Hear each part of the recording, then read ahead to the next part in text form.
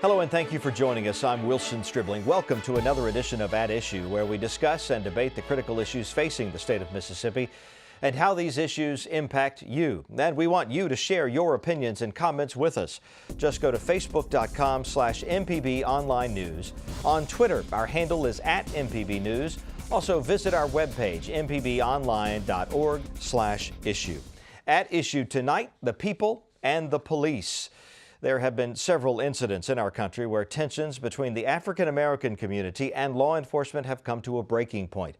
Ferguson, Missouri, Minnesota, Baton Rouge, Milwaukee, all involved police officers killing black male suspects. These incidents have been followed by protests and cries for justice. We are viewed as savages. That's the language that's been used. We are viewed as thugs. That's the language that's been used. We are viewed as animals. That's the language that's been used. And anytime one of us get gunned down or get stopped by the police, the first thing society does is try to find a record or something derogatory towards the victim to justify why the victim has been killed. And we are here to stop that. We are here to break those stereotypes. And just because we say Black Lives Matter doesn't mean that we are casting all lives to the side. All lives do matter, but black lives are the ones that are being systematically gunned down. There are so many good officers out there who do their jobs and who do them well, but these hateful officers, these that kind of take the law into their own hands and really go way beyond the scope of their duties, those are the ones that we don't forget. I have yet to meet an African-American person above the age of 10, 11, or 12 who has not had an incident like this with police where there was the worry, what if I don't walk away from this? I myself was unlawfully detained by police where I'm from in Denver, Colorado. So this isn't a thing that just happens in Mississippi or just in Albany or just in Minnesota or anywhere else. This happens all over the United States, and it's not anything that's brand new. It's just something that in the past few years we can catch on videotape and catch snippets of what's been going on here in our reality for the last century. Now the law enforcement officers themselves have become targets of frustration and discontent, with officers in Dallas and Baton Rouge being struck down in the line of duty. There have been 2 recent police shootings in our state that you might not know about. In one case, a grand jury recently indicted a Columbus police officer for shooting and killing a suspect during a traffic stop last year. MPB's Mark Rigsby reports. Supporters of former Columbus police officer Kenyon Boykin welcomed him with cheers when he arrived at the Loudoun County Courthouse. Boykin is facing a manslaughter charge following an indictment handed down by a grand jury. He's accused in the shooting death of Ricky Ball. The indictment says Boykin unnecessarily shot Ball while he ran from police during a traffic stop. If I was to get a gun and I was to go out there and I was to just shoot somebody in the back because they were running from me, because they're scared of me, I'm going to prison.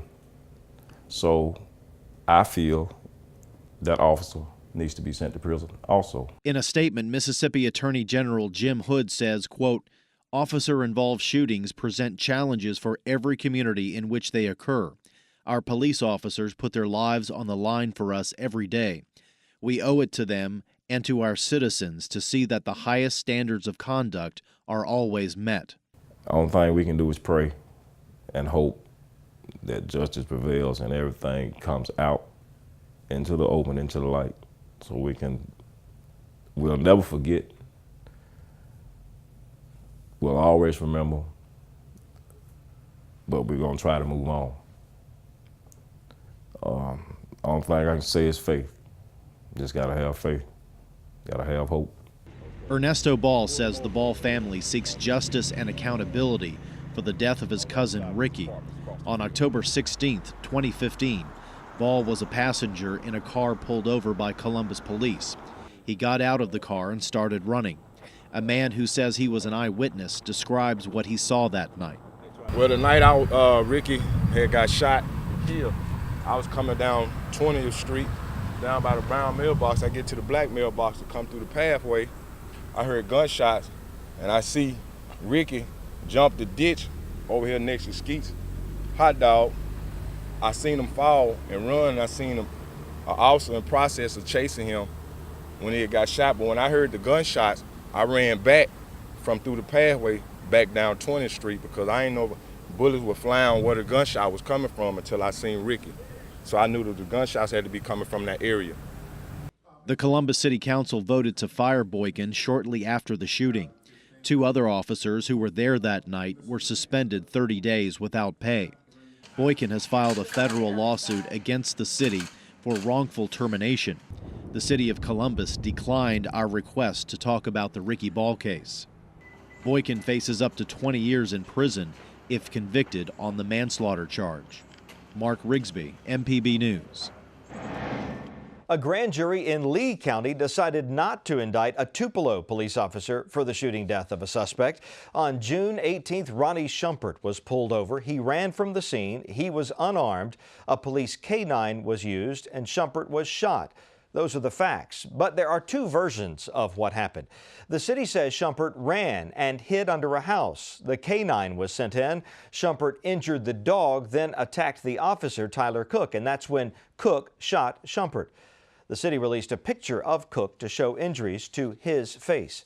This was the suspect's 8th and the most violent resistance to police officers within a span of less than 10 minutes. With his pistol and attached flashlight in hand, Officer Cook attempted to fight back as he began to see stars and feared that if he lost consciousness, the suspect would use his own weapon against him. But the Shumpert family attorney, Carlos Moore, believes Cook commanded the dog to attack Shumpert, and then he shot Shumpert.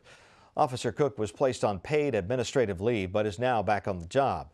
The Mississippi Bureau of Investigation determined he did nothing wrong. The city of Tupelo declined our request for an interview to discuss the Ronnie Shumpert case. We spoke with Ronnie Shumpert's widow, Peggy Shumpert, about her husband, the shooting, and what life has been like for her and her children. This is Peggy Shumpert in her own words. My son and my daughter, they're both terrified of the police. Every time they see a policeman now, they're like, Mama, it's the police. You know, they're going to shoot us. And they know about what's all going on because it's so wrapped around. You know, it's just like an everyday ongoing thing. We constantly relive the day that, you know, my uncle came to the house and told us that Ronnie had been shot and killed by a policeman. So it's like there's no escaping it. I don't have a problem with death. I know that at some point everybody has to die. But what I do have a problem with is the man that I've been knowing for 10 years, that I know wouldn't hurt a fly, had to leave the way that he left, by people who were supposed to serve and protect. How do you explain that to a 3- and 4-year-old? I'm not an investigator. I don't really know how it actually happened.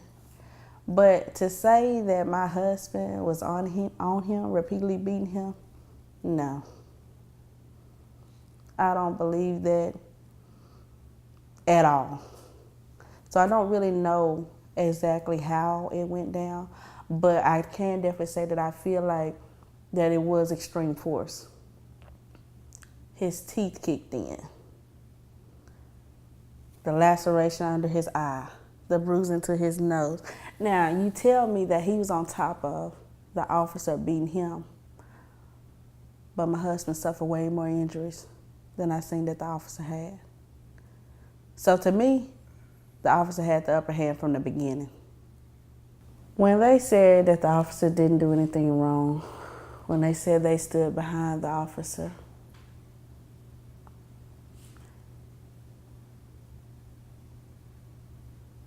it's just like I don't, it's like we're not dealing with even human beings here. That's how I feel. How can you look at all the things that was done, even the officer being present as he was doing it, but you say that they didn't do anything wrong? Like my mom said, why don't you put your sibling or your relative in the midst of this? And let's just see, was anything done wrong? Would you still feel the same way? Not at all. No doubt about it. You know these are wrongful acts. You know that what was done is wrong. I want to see the men that are responsible for this, the people that are responsible for this. They need to go to prison. If it was anybody else, they'll be already gone. But because you got a badge and you got people that's standing behind you, you're out running free.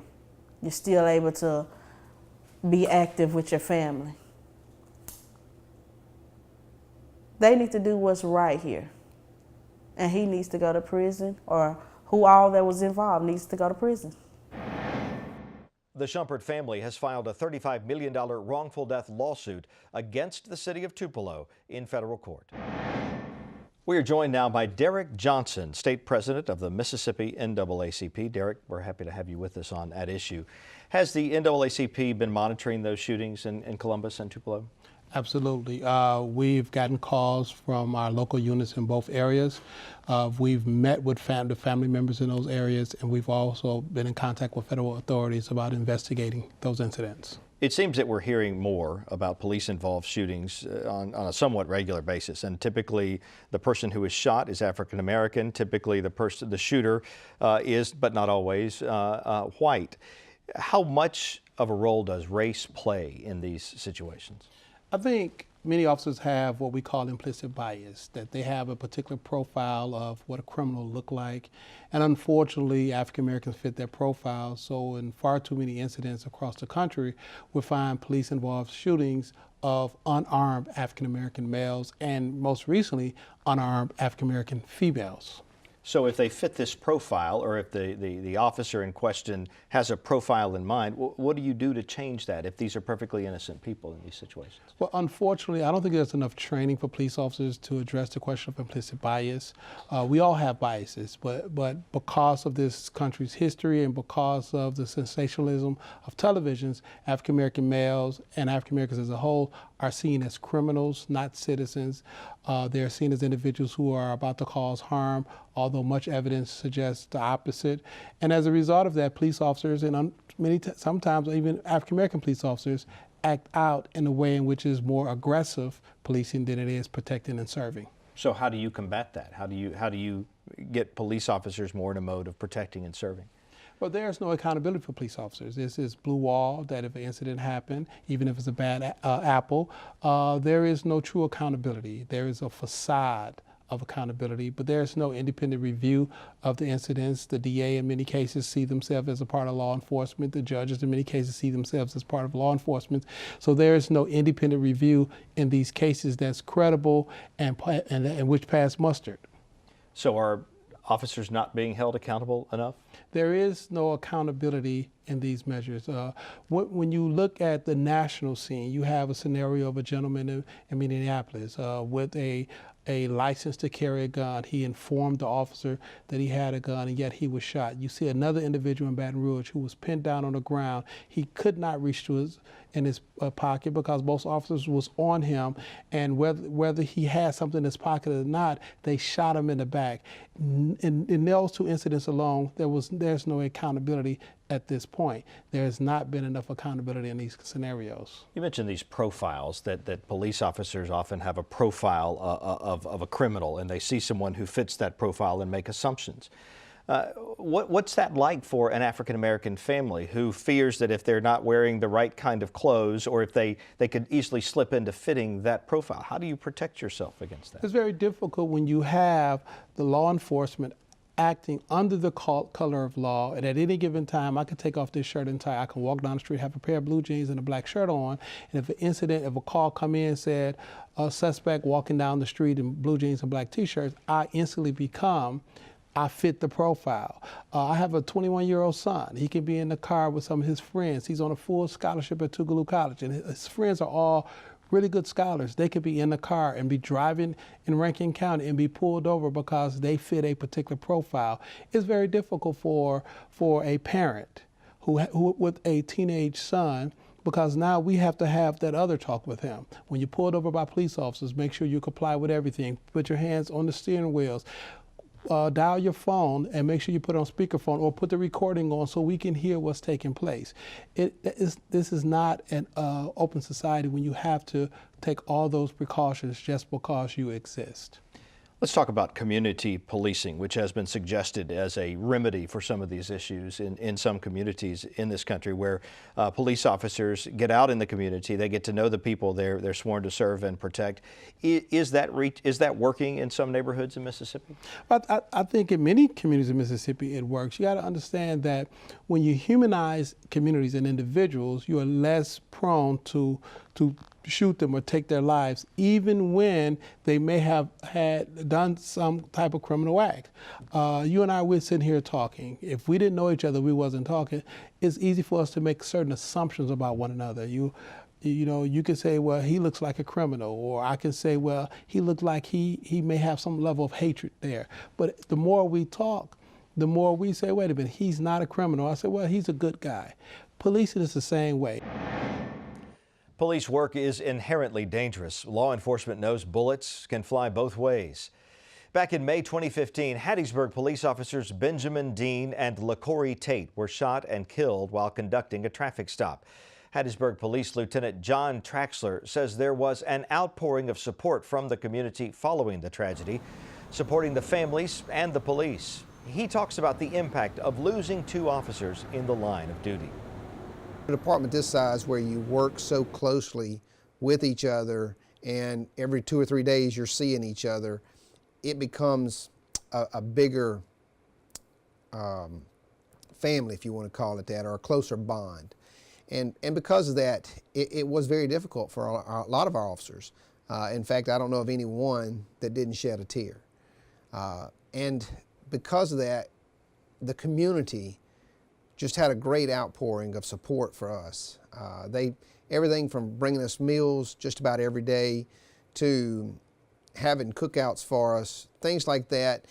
But also our churches opened up their doors for us, brought us into their churches, prayed with us regularly. We had people that would show up here at the station, and we had one group that circled the building and just stood here and prayed for a length of time, praying for the department, praying for our officers and their safety. And so it was a great showing of support for our community to step up as they did, but also for the officers to be able to stand there with the community as a whole. A total of 9 suspects were charged in connection with the killings. The alleged triggerman, Marvin Banks, was found dead in his cell at the Forest County Jail. An autopsy revealed he died of heart disease and no foul play was suspected. We are joined now by 2 Mississippi police chiefs. Lee Vance is chief of the Jackson Police Department, the largest police department in the state of Mississippi. Joey East is chief of the Oxford Police Department. He also serves as president of the Mississippi Chiefs of Police Association. Chiefs, thank you both for being with us on At Issue. Let me start with you, Chief Vance. Right.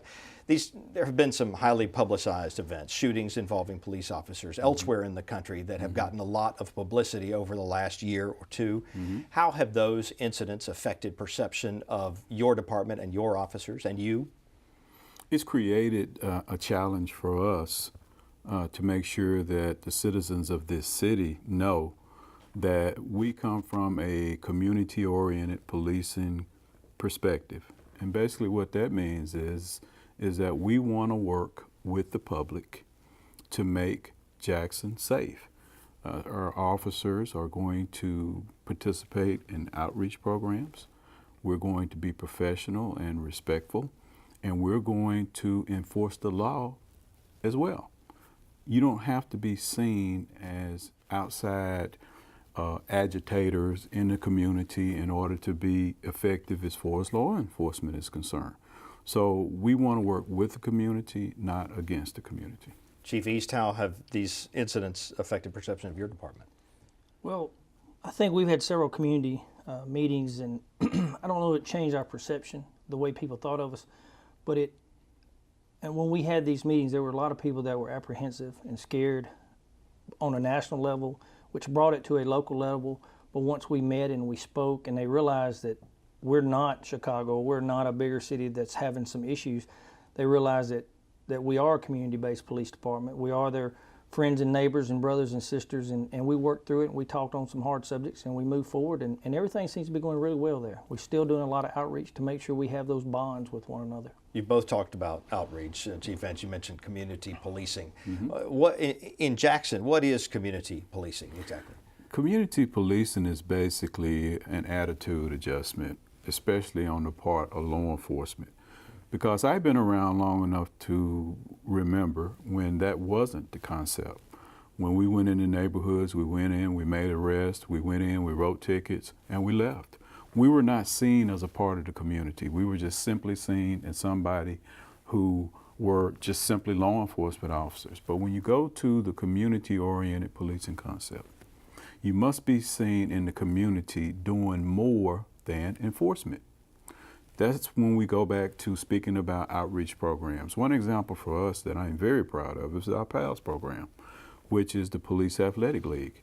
Malcolm McMillan started it when he was police chief, and it has grown into a program where we have a relationship with over 70 school-age kids. In fact, we're going to have a banquet for them tonight. Getting into the community, providing other services, extending the hand of friendship and cooperation between law enforcement and the general public helps to blur that line that's perceived to be out there between law enforcement and the community. But when push comes to shove, there comes a time when you do have to be an enforcer of the law. Does the community approach make that easier? Yes, because the community does not let us go as far as our responsibility as far as enforcing the law and protecting the community. But what happens is, if you have a community-oriented based relationship, the public will assist you.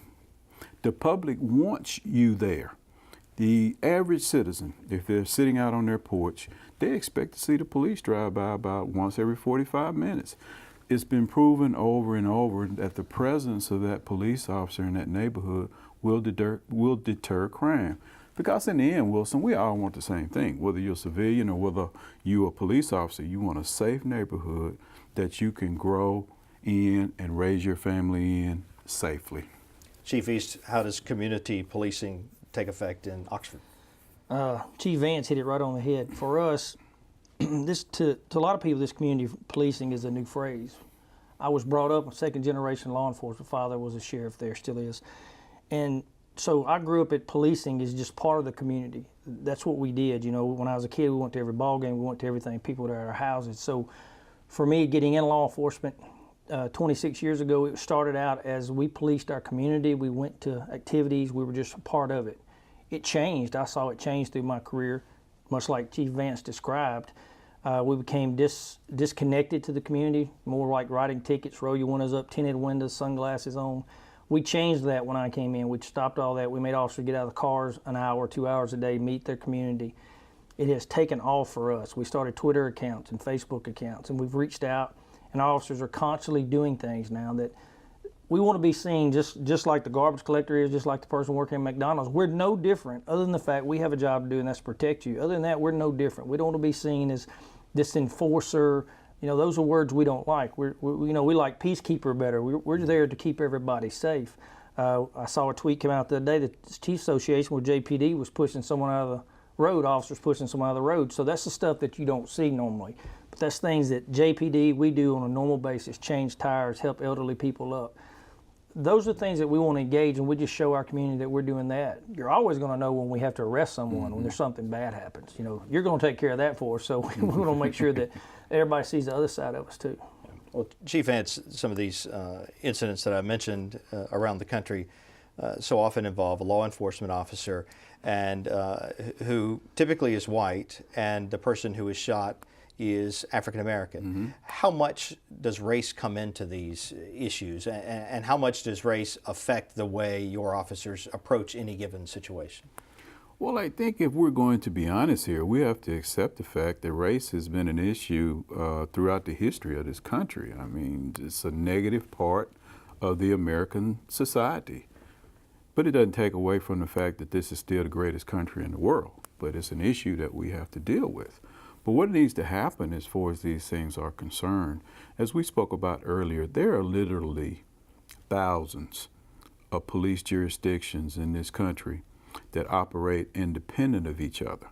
So in order to make some progress, you have to look inside the culture of each individual police department. If there's a culture of abuse, then these type things are going to continue to manifest themselves. The problem I have with it is you can't hold one of Chief East's police officers responsible for something that may happen in Jackson, because we don't necessarily operate the same way.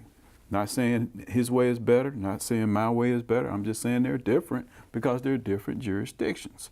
So once you've identified that this type culture exists in your individual police department or your city, then steps must be taken in order to eliminate whatever the problem is. If it's poor training, if it's a bad police officer, those situations must be addressed. And that's the only way that we're going to see this situation get better. But you cannot blame a police officer in Oxford for something that happened in Chicago. Chief Lee Vance of the Jackson Police Department, Chief Joey East of the Oxford Police Department. Thank you both, gentlemen, for joining us on that issue. Thank you. For more information on the people and the police, go to our website, mpbonline.org/issue. You can find the full-length interviews we conducted with people on this program, as well as additional information and links. But for now, we are out of time. Join us next week for another edition of At Issue. Good night.